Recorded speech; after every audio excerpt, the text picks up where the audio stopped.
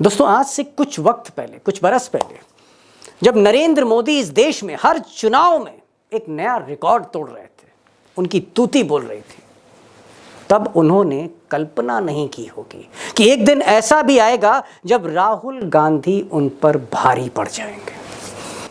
लेकिन देश की राजनीति में आज ऐसा ही दिन आता हुआ दिख रहा है। राहुल गांधी मोदी की रैलियों पर भारी पड़ रहे हैं और हरियाणा का चुनाव इसकी ताज़ा मिसाल है, द न्यू एविडेंस। अब दोस्तों, पिछले 24 घंटों में हरियाणा में दो इंपॉर्टेंट रैलीज हुई, टू इंपॉर्टेंट रैलीज, आप कह सकते हैं गेम चेंजर रैली, जो माहौल बदलने की कुव्वत रखती थी। एक रैली 25 सितंबर को प्रधानमंत्री नरेंद्र मोदी की हुई सोनीपत में, जहां भीड़ बड़ी मुश्किल से जुटाई गई, और एक रैली, बल्कि दो रैली 26 सितंबर को यानी आज के दिन राहुल गांधी की हरियाणा में हुई। और यहां आप कह सकते हैं कि भीड़ जुटी नहीं, भीड़ खुद ब खुद पहुंची और राहुल गांधी ने जैसे समा बांध दिया, राहुल गांधी ने जैसे माहौल बदल दिया, हरियाणा का मिजाज बदल दिया। चुनाव में कांग्रेस पार्टी स्वीप करने जा रही है, आंधी आ रही है। अब दोस्तों, अगले 5 अक्टूबर को, जी हाँ, आने वाले 5 अक्टूबर को हरियाणा में बटन दबेगा। वोटिंग है उस दिन, तय होगा उस दिन कि मोदी सरकार बना रहे हैं दोबारा तिबारा, या फिर राहुल गांधी जो हैं वो कम बैक कर रहे हैं, कांग्रेस कम बैक कर रही है। तय होगा 5 अक्टूबर को। लेकिन 48 घंटे पहले कैंपेन खत्म हो जाएगा, यानी 3 अक्टूबर को लास्ट डे होगा कैंपेन का। यानी आप कह सकते हैं कि चुनाव के अब दिन सिर्फ उंगलियों पर बचे हैं और अगले 72 घंटे, नेक्स्ट 72 आवर्स बहुत इंपॉर्टेंट है, बहुत क्रूशल हैं बीजेपी के लिए और मोदी जी की साख के लिए, कि अगले 72 घंटों में मोदी जी की रैलियां, अमित शाह की रैलियां, बाकी जो बड़े स्टार कैंपेनर हैं बीजेपी, इनकी रैलियां, जनसभाएं क्या करंट पैदा कर सकती हैं? क्या बीजेपी को फाइट में ला सकती हैं? 72 घंटे बहुत इंपॉर्टेंट है। और मुझे लगता है इसी हालात की वजह से, जो ऐसे हालात दिख रहे हैं चारों तरफ बीजेपी के, उसकी वजह से एक्सपर्ट्स का मानना है कि बीजेपी आज की तारीख में 90 में से, हरियाणा में 90 सीटें, 90 में से 20 सीटों के आसपास है, बहुत हद से हद 25 सीट। अब क्या एग्जैक्ट आकलन है, एग्जैक्ट जो ग्राउंड सिचुएशन है क्या है, वीडियो के आखिर में एक्सपर्ट्स बताएंगे। कांग्रेस कहाँ खड़ी है, कितनी सीटों की तरफ बढ़ रही है, बीजेपी कितनी सीटों पर आज खड़ी है, जो आकलन है सटीक आकलन है, और एक्सपर्ट्स भी दिग्गज हैं, आखिर तक इस वीडियो को देखेगा। लेकिन एक बात मैं ज़रूर कहना चाहूँगा, एक बहुत इंपॉर्टेंट डेवलपमेंट आज हुआ। कांग्रेस की जो अब तक की दुखती रखती, यानी पूरे इलेक्शन कैंपेन में जो कांग्रेस का सबसे वीकेस्ट पॉइंट था, जो सबसे कमज़ोर कड़ी थी, जी हाँ, कुमारी शैलजा और भूपेंद्र हुड्डा, दो हैवीवेट कांग्रेस के, इनके बीच जो शीत युद्ध चल रहा था, कोल्ड वॉर चल रहा था, तनातनी चल रही थी, नाराज़गी चल रही थी। शैलजा जो हैं वो चुनाव में मैदान में जा नहीं रही थी, दिल्ली में नाराज़ होकर बैठ गई थी। एक बहुत बड़ा, आप कह सकते हैं, कांग्रेस को सेटबैक था। आज इस सेटबैक को राहुल गांधी ने दूर कर दिया। आज दोनों नेता, कुमारी शैलजा एक बहुत बड़ी दलित लीडर, ना सिर्फ हरियाणा के, उत्तर भारत की, और भूपेंद्र हुड्डा एक दिग्गज नेता, पूर्व मुख्यमंत्री हरियाणा के, इन दोनों के बीच समझौता ही नहीं करा, एक मंच पर दोनों को लिया है राहुल गांधी। और राहुल गांधी को बात करते हुए देखा गया शैलजा के साथ, उनको भूपेंद्र हुड्डा के साथ बात करते हुए देखा गया। तो कहीं ना कहीं जो दलित वोटों में, बहुत निर्णायक दलित वोट हैं, जाट और दलित और किसान, दलित वोटों में जो सेंध लगाने की कोशिश हो रही थी किसी मायावती के ज़रिए या फिर किसी चंद्रशेखर रावण के ज़रिए, जो दो नेता हैं दलित के बड़े, ये लोग जिस तरह से सेंध लगा रहे थे, उस सेंध पर कहीं ना कहीं सीमेंट लगा दिया आज राहुल गांधी ने। तो एक जो बड़ा सेटबैक कांग्रेस के लिए था, उसको कंप्रोमाइज़ कराया दोनों नेताओं के बीच में, और एक रास्ता दिया कांग्रेस को और आगे बढ़ने का राहुल गांधी ने आज। अब दोस्तों, अगर बीजेपी पॉइंट ऑफ व्यू से देखें, अगर इस इलेक्शन को उस नज़रिए से देखते हैं, बीजेपी के दृष्टिकोण से देखते हैं, जो एक अभी भी रूलिंग पार्टी है इस वक्त स्टेट में, तो मनोहर लाल खट्टर, बीजेपी के 2 बार के मुख्यमंत्री, सबसे बड़े फेस, आज भी इनका कोई अता पता नहीं है। मनोहर लाल खट्टर बड़ी रैलियों से दूर हो गए हैं, मोदी और अमित शाह के साथ मंच साझा नहीं कर रहे, और छोटे छोटे जगहों पर, शादी घरों में, ऑडिटोरियम्स में, होटल्स में अभी भी वो लोगों से मिल रहे हैं, रैलियों से दूर हैं। Big point. और जो मौजूदा चीफ मिनिस्टर हैं नायब सिंह सैनी, इनकी कोशिश हरियाणा बचाने की नहीं, इनका जो फोकस है वो अपनी कंस्टिट्यूंसी लाडवा से जहाँ से लड़ रहे हैं, वो अपनी सीट बचाने के लिए संघर्ष कर रहे हैं, अपनी सीट बचाने के लिए। और मोदी जी की अगली रैली जो होने जा रही है, सीरीज़ ऑफ रैलीज़, इस रैलीज़ के लिए पूरी बीजेपी की ताकत झोंक दी गई है कि इस बार मोदी जी की रैली में भीड़ लाओ, ब्रिंग द क्राउड्स बैक। तो ये एक कोशिश, जी तोड़ कोशिश हो रही। देखना है अगली रैलियों में क्या होता है, मोदी जी के लिए भीड़ वापस आती है, वो समर्थन जुटता है, वो देखना होगा। लेकिन हालात ये हैं मोदी जी के आज कि सोनिया गांधी के दामाद प्रियंका गांधी के पति रॉबर्ट वाड्रा, जो ज़्यादातर हाशिए पर रहते हैं सियासत के, आज उन्होंने एक बहुत ज़बरदस्त हमला मोदी जी पर कहा, मोदी जी की क्रेडिबिलिटी पर अटैक किया। साख पर आज सवाल उठाए रॉबर्ट वाड्रा ने। पहली बार पीटीआई, देश की जानी मानी न्यूज़ एजेंसी पीटीआई, उसको उन्होंने इंटरव्यू में कहा कि मोदी जी झूठे इल्ज़ाम हरियाणा में लगा रहे हैं रैलियों में। कभी दलाल कहते हैं, कभी दामाद कहते हैं, कभी ज़मीनों की खरीद फरोख्त की बातें करते हैं। उसने कहा सारे इल्ज़ाम झूठे हैं, कीचड़ उछाल रहे हैं मोदी, मिस्टर मोदी कीचड़ उछाल रहे हैं। और अगर मिस्टर मोदी एक भी ज़मीन को गलत साबित कर दे, एक भी सौदा बता दें जो मैंने गलत किया हो, एक भी गलत ज़मीन मेरे पास हो, तो मैं चैलेंज देता हूं कि मोदी साबित करते। सोचिए, रॉबर्ट वाड्रा मोदी पर सबसे बड़ा हमला कर रहे हैं और शायद बीजेपी बैकफुट पे दिख रही है। एक भी मेरे कंपनी के नाम में ज़मीन हरियाणा में नहीं है, और तो मैं हैरान था। अब दोस्तों, जैसे मैंने पहले कहा कि दिन उंगलियों पर बचे हैं नतीजा आने के हरियाणा के। हरियाणा बहुत इंपॉर्टेंट है। हरियाणा अगर मोदी जी के हाथ से जाता है तो फिर महाराष्ट्र भी जा सकता है और एक शुरुआत हो सकती है, एक उल्टी गिनती शुरू हो सकती है, हार की काउंटडाउन शुरू हो सकता है। Very important crucial election. Jammu Kashmir भी है, हरियाणा भी है, क्योंकि उसके बाद महाराष्ट्र और झारखंड में चुनाव। तो अब मैंने कहा दिन उंगलियों पे बचे हैं। आज 3 खास मेहमान, तीनों ही एक्सपर्ट, जी हाँ तीनों ही एक्सपर्ट हैं। हमारे साथ हेमंत अत्री होंगे, जिनको मैं कहता हूँ कि रिपोर्टिंग में किंग ऑफ हरियाणा, वो आपके साथ होंगे। पूछूंगा मैं, आज उनकी अग्नि परीक्षा है कि आज की तारीख, यानी आज सूरज ढलने के बाद what is the situation of BJP and Congress कितनी सीटों पर, बीजेपी को कितनी सीट मिल सकती है, वो स्कोर बोर्ड पूछूंगा मैं उनसे। हमारे साथ जो हरियाणा का लगातार दौरा कर रहे हैं रविंदर सिंह साहब, वो भी हैं, जुड़े हैं, हिसार से जुड़े हैं। आज रैली थी राहुल गांधी की, लाइव होंगे हिसार से, उनको सुनिएगा, उनका आकलन क्या है बीजेपी के बारे में, कांग्रेस के बारे में। और हमारे साथ टाइगर होंगे अशोक वानखेड़े, उनको भी सुनिएगा।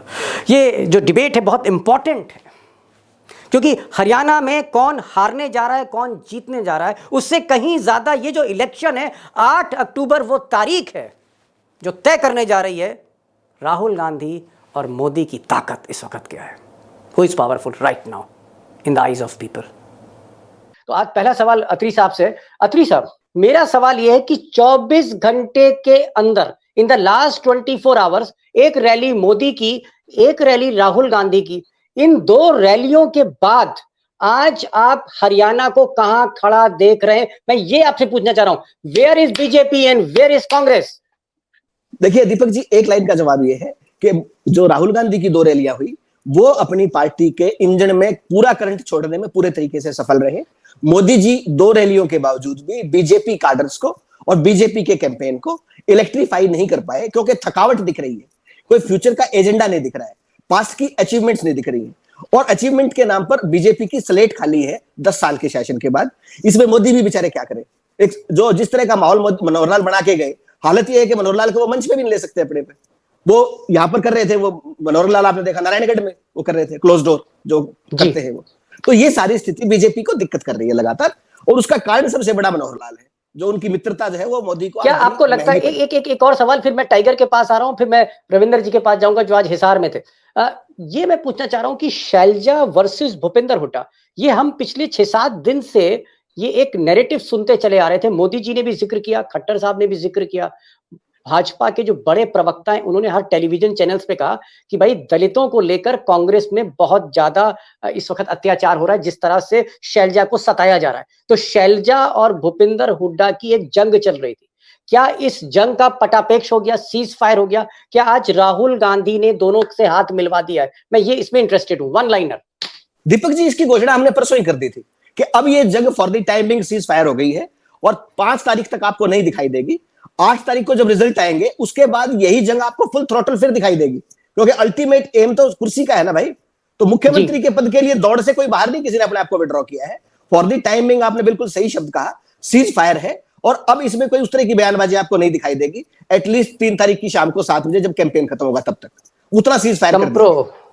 कंप्रोमाइज हो गया है, ये कह रहे हैं कि शैलजा और भूपेंद्र हुड्डा इनके बीच में जो तनातनी थी उसमें कहीं ना कहीं एक युद्ध विराम है, कंप्रोमाइज है, समझौता है, और राहुल गांधी एक मंच पर दोनों को लिया है। और यही बात अत्री साहब बार बार कह रहे थे कि दीपक जी आगे आगे देखिए होता है क्या, एक ही मंच पर राहुल गांधी के बगल में शैलजा बैठी होंगी, भूपेंद्र हुड्डा बैठे होंगे, और जो तस्वीरें आज हमने देखी हूबहू वैसी थी जो अत्री साहब ने बताया। मैं भी रविंदर जी के पास आऊंगा आज, बहुत इंपॉर्टेंट, लेकिन टाइगर से मैं एक क्विक शॉट लेना चाहता हूं। टाइगर, ये एक बात इन्होंने कही अत्री साहब ने, इन्होंने कहा कि 230 वोल्ट का करंट चल रहा था और राहुल गांधी ने आज 56 इंच के जो सीने को जो चुनौती दी, वो 230 का करंट आज 440 वोल्ट का है। और मोदी जी बटन दबाकर भी करंट पैदा नहीं कर पाए बीजेपी में। मोदी जी करंट पैदा नहीं कर पाए और राहुल गांधी ने 230 को 440 कर दिया। ये कह रहे हैं अत्री साहब। एक हिंदी में कहावत है दीपक भाई, मुर्दे को घी पिलाने से जिंदा नहीं होता। क्या? मुर्दे को घी पिलाने से जिंदा नहीं होता। तो अरे बाप रे बाप, बीजेपी की स्थिति मुर्दे जैसी है। कितने डॉक्टर्स लाओगे, क्या करोगे? हर डॉक्टर आता है, चेक करता है और सर हिलाता है कि कुछ नहीं बचा। इसके बावजूद भी फिर अमित शाह को लगता है नहीं, कुछ तो एक हाथ कहीं कुछ करेंगे, कोई प्रेस करेंगे। अरे साहब, मोदी जी के पास संजीवनी बूटी है, क्या बात कर रहे हैं टाइगर आप? वो आदमी संजीवनी बूटी लेके चल रहा है। अरे मोदी जी के पास संजीवनी बूटी थी, बीजेपी संजीवनी बूटी के हाँ थी। अब बीजेपी की हालत इतनी बुरी हो गई है कि साक्षात हनुमान जी भी संजीवनी बूटी लेके आए तो जिंदा नहीं कर सकते, खासकर हरियाणा में। ओ माय गॉड, स्थिति मैं बार बार कह रहा हूं, ये चुनाव कांग्रेस वर्सेस बीजेपी है ही नहीं, ये चुनाव जनता वर्सेस बीजेपी है। ओके। और कांग्रेस इसका पूरा फायदा उठा रहा है। और राहुल गांधी ने आज से कांग्रेस को जो बूस्टर डोज दिया, जो रिले रेस में जो आखिरी राउंड का जो धावक होता है, वो 100 मीटर दौड़ के बस आखिरी बैटन हाथ में आया कि जयराम जी की, आज राहुल जी ने जाके वो बैटन पकड़ा दिया इनके हाथों में। और जो लोग कह रहे थे कि ये साथ में नहीं दौड़ पाते, तो आज एक फोटोग्राफ ने बीजेपी के तमाम पिछले 10 दिन के कैंपेन की धज्जियां उड़ा दी कि एक तरफ बहन बैठी है, एक तरफ भाई बैठा है, बीच में राहुल बैठे। ओह, सीज फायर तो इनके बीच में पहले ही हो गया था। कितने दिनों से आप मुझे बताइए, पूरे चुनाव में कहा शैलजा जी ने एक भी बात किसी के बारे में बात कही? बहुत मैच्योर नेता है वो, उसने कतई नहीं कहा, हुड्डा जी के बारे में एक शब्द नहीं कहा, उसने किसी के बारे में एक शब्द नहीं कहा, वो चुप्पी साधी बैठी थी। हुड्डा जी ने जरूर कहा कि मेरी बहन है, उसके खिलाफ जो बोलेगा मैं सहन नहीं करूंगा, लेकिन हुड्डा जी ने उनके खिलाफ कोई अपशब्द नहीं कहे। तो सीज फायर हो गया था, सिर्फ मैदान में उतर निकला। ये तो क्या हुआ, ये पत्ते का दांव है, ये आखिरी। टाइगर, ये बताइए कि ये जो अचानक उन्होंने कहा ये मेरी बहन है, इसके खिलाफ कोई बोलेगा तो ये नहीं, और पूरी इज्जत दी, क्या कहते हैं, शैलजा ने भी भूपेंद्र जी को पूरी इज्जत दे दी, ये क्या राहुल का जलवा है या कांग्रेस जीत रही है, जीत का जलवा है, जीत की अनुभूति है? अरे ये दोनों, मैं हेमंत भाई के साथ हूं, ये दोनों की मजबूरियां हैं कि वो उसको बहन कहे, उसको भाई कहे। तलवारें खींचेगी नतीजा आने के बाद, मुख्यमंत्री पद के लिए दबा के लॉबिंग होगी, दबा के संघर्ष होगा। तो फिर इसमें शैलजा जी का भी हाथ हो सकता है। बहुत प्यार से बीजेपी को बहुत कैंपेन करने दिया, ओके, कि शैलजा जी के साथ अन्याय हो रहा है, ये हो रहा है, ये हो रहा है, और औंधे मुंह बीजेपी को गिरा दिया।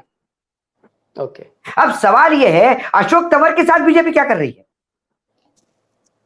ओके, सवाल ये है, अशोक तंवर के साथ बीजेपी क्या कर रही है? कांग्रेस ने तो राष्ट्रीय अध्यक्ष भी दलित बना दिया, हरियाणा में भी दलित अध्यक्ष है। कांग्रेस तो दलितों के साथ क्या करती है सारी दुनिया देख रही है। अब बहन जी को भी स्टेज पे बिठा दिया है, लेकिन अशोक तंवर के साथ आपने क्या किया? अशोक तंवर का नाम लेने वाला कोई नहीं है, कहीं दिखाई नहीं देते पूरे चुनाव में विधानसभा के, ये अध्यक्ष हुआ करते थे कांग्रेस के। तो आज बेसिकली जो आपने सवाल पूछा, जो आप बार बार पूछते हो ना हेमंत जी को, हेमंत जी जरा बेचारे थोड़े से मेरे से ज्यादा मैच्योर्ड है, मैं मानता हूँ। तो इसीलिए जब आपने पूछा कि बीजेपी और कांग्रेस कहाँ है, मैं कह रहा हूँ कांग्रेस ही कांग्रेस है, बीजेपी कहाँ है। ओके, ठीक है टाइगर, मैं आ रहा हूँ, लेकिन मैं जरा हिसार जाना चाह रहा हूँ, जहाँ बड़ी जबरदस्त रैली थी, और रैली राहुल गांधी की थी, और वहां पर रविंदर जी थे। रविंदर जी, रैली के बारे में मैं नहीं पूछना चाह रहा, मैं आपको डिसअपॉइंट थोड़ा कर रहा हूँ। मुझे एक सवाल का जवाब दीजिए जो मुझे परेशान करता है अक्सर। ये जो खट्टर साहब है, जो लंगोटिया यार मोदी जी के, एक मोटरसाइकिल पर बैठ के चलना, एक दरी पे सोना, एक थाली में खाना खाना, 2 बार मुख्यमंत्री मोदी जी ने बना दिया। आज की तारीख में इतना पुराना यार, सुदामा और कृष्ण कह लीजिए, धर्मेंद्र कह लीजिए, अमिताभ बच्चन कह लीजिए, जय वीरू कह लीजिए, जो भी कह लीजिए, आज क्या वजह है? And I want a very honest answer. Manohar Lal Khattar और मोदी जी के बीच में टेलीफोन की तार क्यों टूट गई? एक दूसरे को मैं मंच पर एक साथ क्यों नहीं देख रहा हूं? What is the matter sir? Sir, Modi ji की गारंटी की कितनी अहमियत है, आज उससे ज्यादा अहमियत है खट्टर की गारंटी। खट्टर को अपने इलाके में बुलाओ और 100% हार पाओ, इतनी बड़ी गारंटी। मोदी की गारंटी कहीं खड़ी नहीं होती, खट्टर की गारंटी कैसे? मतलब आप कह रहे हैं कि खट्टर साहब इतनी एंटी इनकम्बेंसी कि जहां जाएंगे वहां वोट बढ़ने की जगह बीजेपी के कम हो जाएंगे, आप ये कह रहे हैं? कम हो जाएंगे, ढूंढने से नहीं मिलेंगे सर। जहां पड़े संतन के पांव वहीं पे बनता धार। अभी हिसार में गए, मैं जहां बैठा हूँ, हिसार के विधानसभा में वो वीडियो आपने देख लिया क्या है? उस वीडियो में वो कह रहे हैं, क्या कह रहे हैं देख लीजिए, कि तुम्हारी हिम्मत कैसे हो गई मेरे से सवाल पूछने की, तुम्हारी हिम्मत कैसे हो गई? हम 4 लोग यहाँ बैठ के बात कर रहे हैं साहब, ये सरकार की दी हुई हिम्मत से ही तो कर रहे हैं ना। ये संविधान ने हमको हिम्मत दी है ना सवाल पूछने की। जो संविधान हमारी हिम्मत की रक्षा करना ही तो खट्टर साहब जैसी सरकारों की जिम्मेदारी है। और है क्या उनकी जिम्मेदारी? हमको जो हिम्मत मिली है जमहूरियत से, जमहूरियत में का संविधान के आईन से, उसकी रक्षा करना ही तो उनका काम है। वो उस पे सवाल पूछ रहे हैं कि तुम्हारी हिम्मत कैसे हो गई। आप देखिए कि कैसे उल्टी गंगा बह रही है। भैया, हमारी हिम्मत की सुरक्षा करना ही सरकारों की जिम्मेदारी है। वो उसके खिलाफ बोल रहे हैं कि तुम्हारी हिम्मत कैसे हो गई मुझसे सवाल पूछने की। तो क्या ये बात सही है? क्या ये बात सही है? एकदम मैं एग्जैक्ट आंसर चाह रहा हूं, हो सकता है आप घुमा फिरा के भी जवाब दे दें, लेकिन मैं तो साफ सवाल आपसे कर रहा हूं। क्या अमित शाह और खट्टर साहब 10 साल के मुख्यमंत्री, मतलब 2 बार मुख्यमंत्री बने, और अमित शाह देश के गृह मंत्री, क्या खट्टर और अमित शाह इन दोनों में भी इस वक्त 36 का आंकड़ा है, बातचीत नहीं हो रही है? Is it fact? इनके बीच में बातचीत तो तभी से बंद है ना सर, जब से टिकटों के बंटवारे पर चर्चा हुई। अब सारी टिकटें हरियाणा में खट्टर ने बांटी हैं। अब खट्टर को ही छिपाना पड़ रहा है कि कहीं खट्टर को कोई देख ना ले प्रधानमंत्री के साथ। जिन लोगों को पार्टी में लेने के लिए अमित शाह ने मना किया था, मनोहर लाल खट्टर उनको मैस्कॉट बना रहे हैं पार्टी का। उन लोगों को सबसे पहले टिकटों में बंटवारा किया, जिनकी वजह से जेजेपी को सारा ब्लेम जेजेपी पे डाला कि इन लोगों के कारण हमारी पार्टी हार गई। उनके सबसे बड़े जो चेहरे थे, 2, दुष्यंत चौटाला तो आए नहीं, लेकिन एक मंत्री थे अनूप धानक, एक मंत्री थे देवेंद्र बबली। वो दोनों को पार्टी ने टिकट देके अपने अपने विधानसभा चुनाव में उनको चुनाव लड़ा रही है। और देवेंद्र बबली तो वो व्यक्ति हैं जिनको कांग्रेस पार्टी के हेड ऑफिस में दीपक बाबरिया ने मिलने से मना कर दिया। उनके कमरे के बाहर खड़े रहे, कहा कि भैया मिलूंगा नहीं और टिकट देने का तो सवाल ही नहीं उठता है, हम लोग तो आपका नाम भी रिकंसिडर नहीं कर रहे हैं। वो उस व्यक्ति को बुला के घर पे अगर मनोहर लाल खट्टर टिकट देंगे तो अमित शाह उससे भला कैसे खुश हो जाएंगे? तो ये स्थिति है अमित शाह के बीच में और खट्टर के बीच में, और बातचीत बंद है। बिल्कुल उसी तरह की स्थिति है। और आज की तारीख में हालत ये है कि अमित शाह की रैलियों में तो खैर प्रधानमंत्री से तो ज्यादा भीड़ आ रही है, क्योंकि उनकी रैली जिस देहात के इलाके में हो रही है, लोहारू में उनकी रैली हुई, और उसके अलावा जो रैलियां हुई है उनमें पीएम के मुकाबले में ज्यादा भीड़ आई है। लेकिन प्रधानमंत्री की भीड़ नहीं आ रही है सर, वो भी नहीं जुट पा रहे हैं। वो जहां जहां जाते हैं 5 से 10 हजार के बीच में सिमट रहे हैं, जिसमें पुलिस भी लगा लीजिए, और कितने प्लेन क्लोथ पुलिस वाले होते हैं वो आपको। बड़ी बात आपने कही। आपने कहा कि खट्टर और अमित शाह के बीच 36 का आंकड़ा है, मोदी जी खट्टर साहब की सूरत नहीं देखना पसंद कर रहे। और तीसरी बात आपने कही जो और भी ज्यादा इंपॉर्टेंट है कि मोदी की रैली से ज्यादा भीड़ अमित शाह की रैली में हो रही है। Now that's very surprising. लोग तो कहते थे कि मोदी जी वोट कैचर है, लेकिन यहाँ पर अमित शाह की भीड़ ज्यादा हो रही है। एक सवाल मैं थोड़ा सा बीजेपी से हटकर मैं कांग्रेस की तरफ वापस लौट रहा हूँ और अत्री साहब से पूछूंगा। अत्री साहब, चप्पे चप्पे की नजर आप पे, मतलब मैं कहूंगा कि हरियाणा की ऐसी कोई कंस्टिट्यूंसी नहीं, हरियाणा का ऐसा कोई कस्बा नहीं है जहां आपकी कलम ना चली हो, जहां आपकी नजरें ना गई हो। मुझे ये बताइए, अगर आप हरियाणा को इतने मतलब ऊपर तक जानते हैं, अंदर तक जानते हैं, मेरा सवाल ये है अत्री साहब कि क्या शैलजा की वापसी से कांग्रेस के कैंपेन में जान आ गई है? क्या कांग्रेस शैलजा की वापसी के बाद अब फुल गियर पे, फुल स्पीड पर है? फर्क क्या है? शैलजा 10 दिन से नाराज थी, सबसे बड़ी दलित नेता हैं, एक सीनियर लीडर हैं कांग्रेस की, इनकी वापसी का मतलब क्या है कांग्रेस? निश्चित तौर पे दीपक जी बहुत ज्यादा फर्क पड़ेगा। और जो बीजेपी ने पिछले 4 दिन में बहुत ही रिगरस कैंपेन चलाया अपने गोदी मीडिया के जरिए, डॉगी मीडिया के जरिए, कि दलितों के साथ ही हो रहा है, शैलजा के साथ ही हो रहा है, शैलजा हमारे आने वाली है, वो उन्होंने कंप्लीट कंफ्यूजन क्रिएट किया था दलित समुदाय के अंदर। और उसको एनकेश करना चाह रहे थे जाट बनाम दलित करके। उस सारी स्थिति को बेसिकली कंट्रोल कर लिया गया है। और ये बात मैंने आपके पहले दिन भी शो में कही थी कि जो नाराजगी है उसका अब कुछ नहीं हो सकता, टिकटें बट चुकी हैं, अब तो केवल सीज फायर हो सकता है, दोनों को एक प्लेटफॉर्म पे लाया जा सकता है और वही ले आए। बेसिकली क्या है कि अब यही देखने की बात है। देखिए शैलजा ने आज 2 रैलियां कर दी, 2 जनसभाएं कर दी असंध के बाद, वो टोहाना में चली गई, उसके बाद हिसार सिटी में चली गई, कल उनकी 4-5 सभाएं और हैं। वो कभी भी पार्टी लाइन से गलत बोलती नहीं है, गुटबाजी को बढ़ावा देती नहीं। कोई नाराजगी भी है तो उनकी मुस्कुराहट में या मौन में होता है, और मौन उनका जो है वो मुखर से ज्यादा खतरनाक था, जिसका आपने देखा भी कि बीजेपी को एक मौका मिल गया और उन्होंने तमाम तरह का एक नैरेटिव बढ़ा दिया। अब जो स्थिति है, अब कांग्रेस पार्टी फुल थ्रॉटल में जाएगी चुनाव में। अब किस तरीके का कोई कंफ्यूजन नहीं है। भारतीय जनता पार्टी, मनोहर लाल खट्टर और खास तौर पर अमित शाह जैसा व्यक्ति जो देश के गृह मंत्री है, उन्होंने जिस तरीके से दलित बनाम ये करने की कोशिश की थी, और खासतौर पर जो शैलजा का बार बार जिक्र करके उन्होंने किया था कि शैलजा के साथ जाती हो रही है, अब सवाल उल्टा उनसे पूछे जाएंगे जो पूरे कैंपेन के अंदर। अब फायरिंग लाइन में वो लोग होंगे कि तुमने दलितों के लिए आज तक क्या किया है, और दलित को लेकर के जो कल्याण दलित की बात है उसको लेकर के जो बीजेपी और आरएसएस के क्रेडेंशियल्स हैं दीपक जी, वो हरियाणा में नहीं पूरे देश में किसी से नहीं छिपे हुए। हरियाणा में तो 1.25 लाख रोजगार की जो नौकरियां दी कौशल रोजगार विकास निगम के तहत, उसके अंदर आरक्षण का पूरा कैलेंडर ही खत्म कर रखा था ना। अब सवाल पूछे जाएंगे कि 1,20,000 नौकरियों में वो कैलेंडर कहां है। तो बीजेपी अब रिसीविंग एंड पे होगी इस स्कोर के ऊपर भी, जो दलित वाला जो इशू है, और इसको अभी आपको नापने में 24 से 48 घंटे लगेंगे, क्योंकि शैलजा किस टोन और टेनर के साथ मैदान में कूदती हैं वो देखना बड़ा इंटरेस्टिंग होगा। और दलित के अंदर कितना इलेक्ट्रिफिकेशन होता है, कितना इलेक्ट्रीफाई होते हैं वो भी एक देखने की चीज।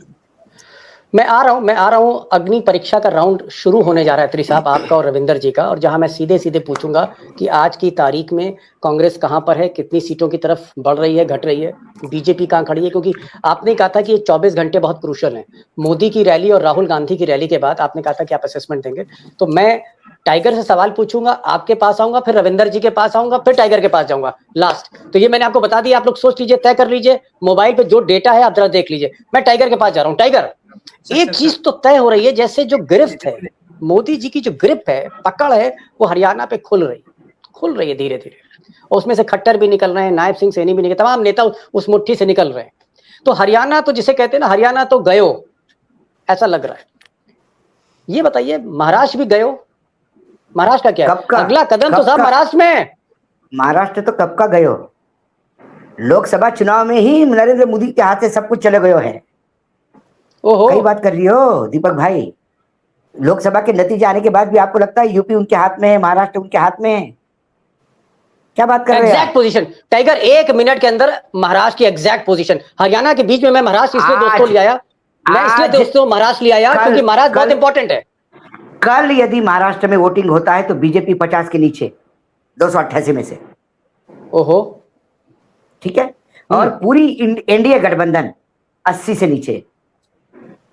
यदि कल चुनाव, बहुत बड़ी बात कह रहे हैं, बहुत बड़ी बात टाइगर कह रहे हैं आप। मैंने जब 9 बोला था तब भी, मैंने जब सिंगल डिजिट बोला था तब भी यही बात होती थी लोकसभा में कि बड़ी बात कर रहे हैं आप। और रही बात, आपने एक बात और मुझे आपको मैं ये करूं, आपने जो स्टार्टिंग में ओपनिंग में कहा था कि खट्टर साहब तो मोटरसाइकिल पे घुमा करते थे और दोनों साथ में और दोस्ती थी। देखिए, नरेंद्र मोदी के साथ मोटरसाइकिल पे घूमना बहुत रिस्की। मोदी को जिसने मोटरसाइकिल पर बैठाया, मोटरसाइकिल पंचर हुई उसकी। मैं आ रहा हूँ, मैं टाइगर उसकी मोटरसाइकिल लास्ट आ रहा हूँ मैं जरा, क्योंकि अब दोस्तों को इंतजार है। अत्री साहब और रविंदर साहब का जो अग्नि परीक्षा है वो फाइनल राउंड पर हम पहुंच गए हैं। बताइए रविंदर साहब, बताइए क्या, what is your assessment? Haryana में तो सर कांग्रेस पार्टी का मुकाबला बीजेपी कर नहीं पा रही है, किसी भी तरह से कर नहीं पा रही है। और जो सबसे मजबूत गढ़ थे बीजेपी के, अहिरवाल का और जीटी रोड, वहीं पर बीजेपी को नुकसान हो रहा है सबसे ज्यादा। आज मैं हिसार के इलाके में हूँ। हिसार के इलाके में बीजेपी ने 4 विधानसभा की सीटें हांसी जीती थी, हिसार शहर जीता था, नलवा जीता था, बरवाला, इन चारों विधानसभा क्षेत्रों में बीजेपी बहुत टफ कॉन्टेस्ट में है, फंसी हुई है। बीजेपी को, जैसे हम लोग पहले भी चर्चा करते रहे थे कि बीजेपी को जिताने की जिम्मेदारी कुछ जगहों पर निर्दलियों के पास दी गई है, कुछ जगह पर आईएनएलडी के पास दी गई है। बीजेपी मुकाबले में नहीं है, कांग्रेस पार्टी के साथ मुकाबला नहीं कर सकती, न 2014 में कर पाई थी, न 2019 में कर पाई थी। पिछली बार बीजेपी को 25+ सीट्स दी थी, आज आप क्या कितनी सीट दे रहे हैं? आपका आकलन, कितनी सीटों पे बीजेपी आगे लग रही है आपको? पिछली बार आपका आंकड़ा 25 था। मैंने मैक्सिमम 25 दी थी, 25+ नहीं दी थी, 25 के आसपास मैंने बोला, उसके आसपास। हाँ, उसके आसपास। आज आप क्या कह रहे हैं? मैं उसके आसपास ही बोल रहा हूँ सर, 25 का। और कांग्रेस? जी है सर, कांग्रेस आराम से 55 सीटें, 55। 55 ओके। तो रविंदर जी कह रहे हैं कि कांग्रेस 55 के आसपास है और बीजेपी आज भी उनको 25 के आसपास दिख रही है। थैंक यू सो मच, आप आए क्योंकि आपको दूसरे प्रोग्राम में जाना है। रविंदर जी थैंक यू सो मच, आप हिसार से इतनी कवरेज के बाद इतनी आज आप जुड़े हिसार से, थैंक यू सो मच। अत्री साहब सर एक और बात बोल दूं, आपने सही बात बोली कि वो पहले प्रधानमंत्री उनको स्कूटर पे घुमाते थे, अब खट्टर साहब उनका बदला उतारेंगे और पीएम को हरियाणा में स्कूटर पर ही घुमाएंगे इस चुनाव के बाद। चलिए ठीक। अत्री साहब तैयार हैं? जी सर, जी जी जी दीपक जी। देश देख रहा है आपको, बताइए। दीपक जी देखिए, जो कल का जो आपने बात की थी उसी स्थिति के आसपास आज भी खड़ा है मामला, क्योंकि देखिए इलेक्ट्रीफाई कर दिया है कैंपेन को, जिसमें कोई शक नहीं है, लेकिन इस पे instead of jumping to the guns जो रियलिस्टिक चीज है वो ये है कि जो बीजेपी ने कंफ्यूजन फैलाया पिछले 4 दिन में, और अब चूंकि शैलजा वापस आ गई है दलित वोटों वाले मामले में, मुझे लगता है कि 24 घंटे अपने को और इंतजार करना चाहिए कि वो जो चीज है जो उन्होंने नुकसान कर दिया था बीजेपी ने उनके नैरेटिव में, वो कितनी रिकवर होती है, एक बात रियलिस्टिक टर्म्स में। और व्यवहारिक पक्ष ये है कि जैसे मैंने आपको कल कहा था, पहले इसमें बीजेपी आज के जो ये सारा राहुल गांधी का ये हुआ है, कांग्रेस पार्टी का जैसे हमने कहा था 60 ± 2, उसमें फिलहाल के लिए कोई चेंज मैं इसलिए नहीं कर रहा हूं क्योंकि जो बीजेपी का नेगेटिव ये कैंपेन था दलितों के बारे में कांग्रेस को लेकर के, उसका आउटकम देखा जाना है अगले 24 या 48 घंटे। आप कह रहे हैं कि 60, आप क्या कह रहे हैं? कांग्रेस 60 ± 2, मतलब 62 भी हो सकती है कांग्रेस, 58 भी, 58 भी हो सकती है। मतलब जो आपका असेसमेंट है उसमें कोई तब्दीली नहीं आ रही अभी मैं जान के इसलिए I am not jumping to the guns के थोड़ा सा कल का और देखें कि शैलजा के कैंपेन को किस तरीके का रिस्पांस मिलता है उस सेगमेंट से जिसको बीजेपी ने कंफ्यूज करने की कोशिश की थी। ये एक रियलिस्टिक तरीका है जानने का, instead of jumping to the guns. Number 1, जो भारतीय जनता पार्टी की जो मैंने बात कही थी, Bharatiya Janata Party minimum 15 seat minimum, और maximum at the best Modi ji यहाँ पे 7-8 दिन जो बचे हुए कैंपेन के वो यहाँ बैठ भी जाए तो भी मैक्सिमम 20 सीट संभव है, उसके अलावा नहीं। फिर एक बात राइडर कह रहा हूं, जिस तरीके का बीजेपी का जो चुनाव है, जो कैंपेन नहीं है और केवल दूसरों के भरोसे है कि आप जीत जाएं, भाऊ जीत जाएं, मेरे बस का तो कुछ है नहीं, उस टाइप का खेल कर रही है बीजेपी। जो मैंने आपको कल भी बताया था कि 19 सीटों पे फोकस कर रही है और जो बाकी जो सीटें हैं वो सारी की सारी वो दूसरी पार्टियों के जरिए खेल रही है। तो ऐसे में अल्टीमेटली जो स्थिति है, बीजेपी का अगर यही नैरेटिव नहीं रहा, जो नैरेटिव नहीं बढ़ा, किसी दशा और दिशा नहीं पकड़ी, मैं फिर आपको रिपीट कर रहा हूं कि बीजेपी सिंगल डिजिट में भी सीमित हो सकती है। ये मेरा आशंका मुझे है। एक थोड़ा सा अत्री साहब कंफ्यूजन हुआ क्योंकि आपने कहा कि बीजेपी 10 से नीचे भी जा सकती है और फिर आपने कहा कि अगर नरेंद्र मोदी और अमित शाह इनकी जो रैलियां हैं आने वाले 6-7 दिन में, जो लास्ट स्लॉग ओवर्स हैं, जो ये 6-7 दिन आखिरी बचे हैं, अगर इसमें मोदी की रैली में इम्पैक्ट आता है, उनकी रीच बढ़ती है, वो एक नया नैरेटिव सेट करते हैं, तो ये सीटें आप कह रहे हैं 20 तक पहुंच सकती हैं maximum at the max best possible case scenario. लेकिन वैसा और अगर मोदी का इंपैक्ट नहीं आया तो सीटें 20 से घटकर 10 पर भी आ सकती हैं। 10 सिंगल डिजिट नो। ओके। लेकिन दीपक जी एक सेंटेंस और जोड़ना चाहूंगा आपकी अनुमति से। आज की तारीख में मोदी जी की जो दुर्गति हो रही है ना, उसका सिंगल लार्जेस्ट कारण क्या है? एक बातचीत में एक बात आई कि अमित शाह की रैलियों में फिर भी छोटे मोटे लोग आ रही है, संख्या आ रही है, लेकिन मोदी क्या नहीं आ रही है। उसका सिंगल लार्जेस्ट कारण है मनोहर लाल खट्टर से उनका प्यार। सारा हरियाणा ये मानता है कि हरियाणा के साथ जो 9.5 साल में हुआ खट्टर के राज में, उसके लिए जितने खट्टर दोषी हैं उतने ही दोषी नरेंद्र मोदी हैं जो उन्होंने उनको कंटिन्यू किया। इसलिए उनसे व्यक्तिगत अदावत हरियाणा की जनता मान रही है।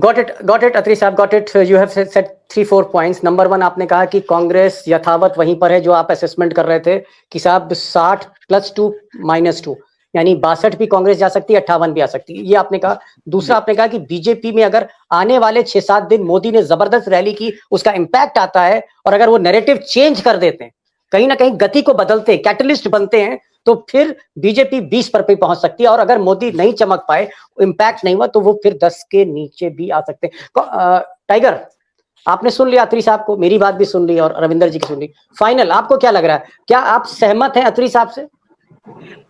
मैं अत्री साहब को तो लगातार सुन रहा हूं, अलग अलग प्लेटफॉर्म पे सुन रहा हूं, और हमारी न्यूज लॉन्चर की टीम भी लगातार हरियाणा में घूम रही है पिछले 10 दिनों से। उनका जो फीडबैक है वो एग्जैक्टली अत्री साहब को मैच करता है। रेदर अत्री साहब इफ एंड बट में बोल रहे हैं, वो तो करीब करीब ये कह रहे हैं कि ये 10 से 12 के बीच में समिट जाए तो आश्चर्य नहीं होगा। यानी एक चीज हम इस नतीजे पे पहुंच सकते हैं आज की तारीख में कि कांग्रेस की सरकार बन रही, कांग्रेस बहुमत के ऊपर जा रही है। एग्जैक्टली बहुमत 90 में 46 के ऊपर जा रही है। कांग्रेस तो सरकार बना रही है, सवाल है कि कांग्रेस को कितनी सीटें ज्यादा मिलती है मेजोरिटी से, जाता है। उतने स्टेबिलिटी कांग्रेस की मानी जाएगी। 5-10 सीटों पे यदि कांग्रेस आ गई मेजोरिटी से, 46 की मेजोरिटी है, वहां पे कांग्रेस 52 आ गई, तो ये खेल करेंगे, आगे पीछे एक आध साल में खेल होगा। और यदि कांग्रेस 60 के आसपास आ गई तो फिर ये बहुत तकलीफ वाला मामला होगा बीजेपी के लिए। एक स्ट्रॉन्ग तेलंगाना जैसी सरकार होगी कांग्रेस अभी की। बीजेपी ये हम अत्री साहब, दीपक भाई, आप, हम कोई बहुत ज्यादा रिसोर्सफुल लोग नहीं है जो हमको ये इन्फॉर्मेशन, हमसे ज्यादा रिसोर्सफुल अमित शाह, नरेंद्र मोदी सब है, उनको ये मालूम है उनकी स्थिति क्या है, अच्छी तरह से मालूम है। लेकिन अब उनका प्रयास ये है, हम तो हार ही रहे हैं, कांग्रेस कैसा भी करके 50 के ऊपर नहीं जानी चाहिए, इसके लिए बाकी लोगों के पीछे ताकत झोंकने का काम चल रहा है। हम तो डूब रहे हैं सनम, तुम्हें कम से कम डुबाए ना तो फंसा दें, ये कहना है उनका कि कांग्रेस को कहीं ना कहीं फंसा दिया जाए। दलदल तक तो लेके आए, दलदल तक लेके आए, मतलब कम से कम खेल बिगाड़े।